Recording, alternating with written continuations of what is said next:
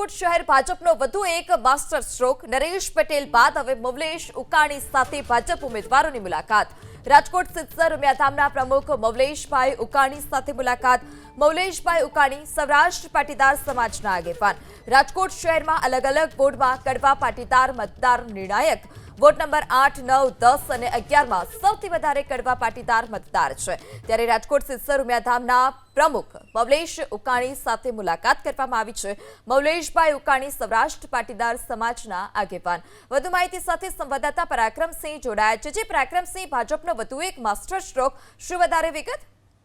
ચોક્કસ મહાનગરપાલિકાની ચૂંટણી પહેલા ભાજપ એક બાદ એક માસ્ટર સ્ટ્રોક મારી રહ્યું છે અને સમાજના જે મોભી કહેવાય, સમાજના જે આગેવાનો અલગ અલગ સમાજના છે તેમને મળવા માટે ઉમેદવારોને લઈ જઈ રહ્યા છે। 2 દિવસ પહેલા ખોડલધામના ચેરમેન નરેશભાઈ પટેલ છે એ લેવા પાટીદાર સમાજના એક સૌરાષ્ટ્રના આગેવાન છે। આજે ગઈકાલે જે મવલેશભાઈ ઉકાણી છે તેમની સાથે જે અલગ અલગ વોર્ડના ભાજપના જે ઉમેદવારો છે તેમની સાથે બેઠક કરી હતી।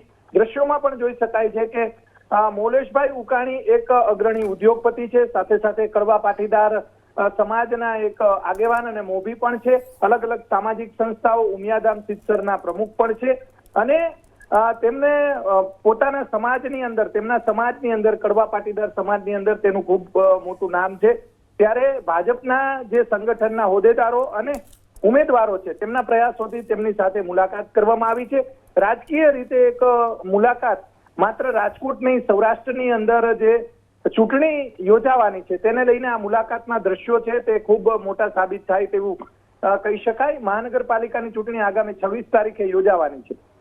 એ પહેલા રાજકોટના વોર્ડ નંબર 8, 9, 10, 11, 12 અને 13 ના અમુક વિસ્તારની અંદર કડવા પાટીદાર સમાજના જે મતદારો નિર્ણાયક સાબિત થાય તેવું છે અને જેને લઈને આ રાજકીય ગણિતને ધ્યાનમાં રાખી અને કડવા પાટીદાર સમાજના જે આગેવાન મવલેશભાઈ ઉકાણી સાથે અલગ અલગ વોર્ડના ઉમેદવારો છે તેમની એક મહત્વપૂર્ણ બેઠક યોજાઈ છે।